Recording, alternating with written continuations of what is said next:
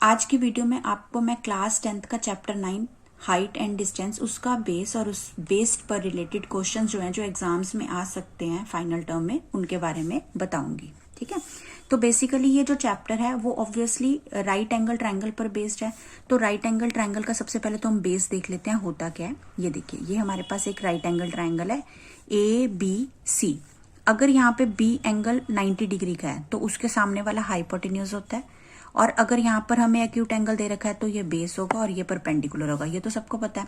अब suppose that अगर हमें यहाँ पर इन तीनों में से कोई एक साइड और एक एक्यूट एंगल दिया हो और बाकी की दो साइड्स फाइंड आउट करने के लिए कहा जाए तो कैसे करना होता है। तो उनके लिए सबसे पहले हमारे को रेशोज याद होनी चाहिए। तो वो रेशोज कौन कौन सी हैं देखिए, sign theta, cos theta and tan theta ये होते हैं। और साइन का उल्टा होता है कोसिकेंट थीटा, कॉस का उल्टा होता है सीकेंट थीटा और टेन का उल्टा होता है कॉट थीटा। तो पहले तो हमें ये पता होना चाहिए, साइन होता है P/H, कॉस होता है B/H और टेन होता है P/B। और कोसिकेंट जो होता है वो बिल्कुल इसका इन्वर्स हो जाएगा, P/H का इन्वर्स हो जाएगा H/P।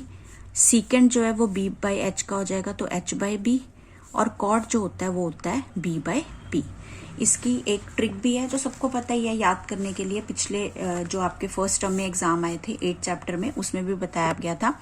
उसका क्या होता है, जैसे हम यहाँ पे क्या लिखते हैं कि sine theta, cos theta, tan theta. Sine का उल्टा जैसे मैंने अभी आपको बताया कोसिकेंट, कॉस का सीकेंट और टेन का कॉट। तो इसको याद करने के लिए हम क्या करते हैं, पापा बीडी पियोगे, हाँ हाँ बेटा। बीडी से सबको याद रहेगा कि ये सेंटेंस ऐसे ही लिखना है। तो यहाँ पे देखिए साइन P/H, कॉस B/H और टेन P/B। और अगर इसका इन्वर्स करना हो तो कोसिकेंट जो होता है वो H/P, H/B और B/P। तो ये सारे हमारे रिलेशन बन जाते हैं। अब हमें इसको सॉल्व कैसे करना होता है, यहाँ पर एक एग्जाम्पल लेते हैं कि एक 5 मीटर हाई बिल्डिंग है और एक पर्सन जो है वो यहाँ से उसको देख रहा है, ऑब्जर्व कर रहा है। तो उसका जो है वो एंगल ऑफ एलिवेशन जो है वो बन रहा है 60 डिग्री का। ठीक है, तो हमें ये बताना है कि वो इस बिल्डिंग से कितने डिस्टेंस पर खड़ा है, ये क्वेश्चन है हमारे पास। तो हम क्या करेंगे, इसके डिस्टेंस को हम एक्स लेट कर लेंगे।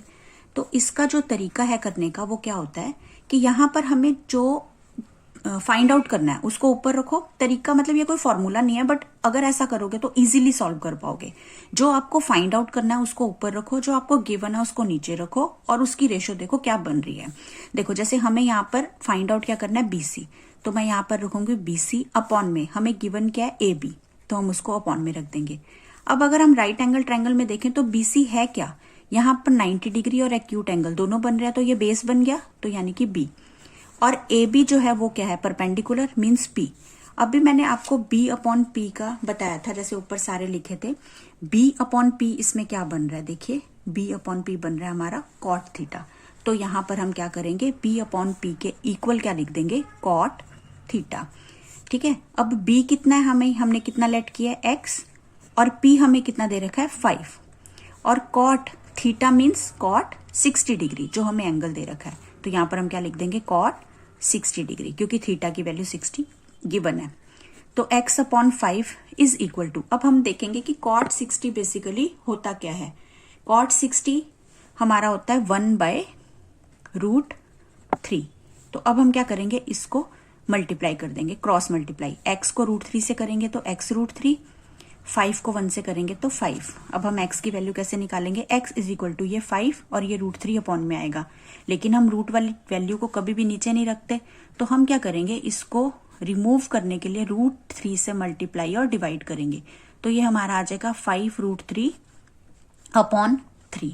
तो x इज इक्वल टू हमारा क्या आ गया, 5√3 अपॉन 3। तो इस तरीके से जब हमें एक साइड और एक एंगल गिवन हो तो हम इस तरह से बाकी की चीजों को फाइंड आउट कर सकते हैं।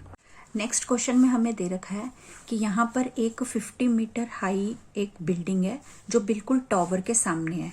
टॉवर की हाइट हमें फाइंड आउट करनी है, जबकि हमें ये साथ में बोला गया है कि अगर हम बिल्डिंग के फुट से देखें तो टॉवर की हाइट का जो एंगल है वो 60 डिग्री है, और अगर हम टॉवर की फुट से देखें तो बिल्डिंग की जो हाइट का जो एंगल है वो हमारा 30 डिग्री बन रहा है। तो हम कैसे करेंगे, देखिए हम इन दोनों के बीच के जो गैप को है उसको हमने x मीटर लेट कर लिया, और ये हमारे पास 50 मीटर गिवन है, हमें ये हाइट फाइंड आउट करनी है। तो हमारे पास यहाँ पर दो राइट एंगल ट्रायंगल बन रहे हैं, एक बन रहा है BCD और एक बन रहा है ABC। तो हम पहले कोई भी ले सकते हैं, ऐसा कोई कंपलसरी नहीं है कि ये या ये लेना, लेकिन हम पहले ये वाला लेना प्रेफर इसलिए करेंगे क्योंकि हमें यहाँ पर इसकी हाइट गिवन है। तो हम यहाँ पर सबसे पहले क्या लेंगे, in right angled triangle BCD। इसमें हमें क्या गिवन है और क्या फाइंड आउट करना है। फाइंड आउट हमें क्या करना है, पहले BC। तो हम क्या करेंगे, ऊपर रखेंगे BC और अपॉन में जो हमें गिवन है CD, ठीक है। BC upon CD is equal to, BC हमारा क्या है, बेस, और ये है परपेंडिकुलर। तो बेस अपॉन परपेंडिकुलर जो होता है वो होता है कॉट। तो कॉट हमारा क्या आएगा, इस ट्रायंगल में जो एंगल है यानी कि ये 30 डिग्री, 60 डिग्री उधर का है। ये वाला राइट एंगल ट्रायंगल जो है इसमें एक्यूट एंगल जो है वो 30 डिग्री दिया है, इसलिए हमने यहाँ पे लिखा। बेस को हमने x सेलेक्ट किया तो x रखेंगे, अपॉन में परपेंडिकुलर की वैल्यू 50 है, इज इक्वल टू कॉट 30 की जो वैल्यू होती है वो हमारी होती है √3। तो हमारे पास यहाँ पे x की वैल्यू जो है वो आ जाएगी 50√3 क्रॉस मल्टीप्लाई करने की। तो ये हमारे पास x की वैल्यू आ गई। अब हमारे पास इस ट्राइंगल में x की वैल्यू आ गई, तो हमें h फाइंड आउट करना है। हम यहाँ पे लिखेंगे इन ट्राइंगल ABC। अब हमें ABC में ये निकालना है, तो हम ऊपर क्या रखेंगे, AB, और BC हमने निकाल लिया है, AB अपॉन BC। तो AB अपॉन BC यानी कि P upon B। Perpendicular upon base जो होता है वो होता है 10, और थीटा जो है इस केस में कौन सा लेंगे, ये वाला 60 डिग्री, क्योंकि इस राइट एंगल ट्रायंगल में एक्यूट एंगल 60 डिग्री की बना है। तो हम यहाँ पर क्या लिखेंगे, tan 60 डिग्री। अब हमें यहाँ पर परपेंडिकुलर मीन्स हाइट, और जो बेस है वो हमने 50√3 फाइंड आउट कर लिया है, is equal to tan 60। tan 60 की वैल्यू जो होती है वो होती है √3। तो इसको हम क्या कर देंगे, मल्टीप्लाई कर देंगे। तो हाइट जो है वो क्या आ जाएगी, 50√3 मल्टीप्लाइड बाय √3 मीन्स h जो है वो हो जाएगा 50 × 3, क्योंकि रूट से रूट कैंसिल हो जाएगा, तो 3 मीन्स 150 मीटर।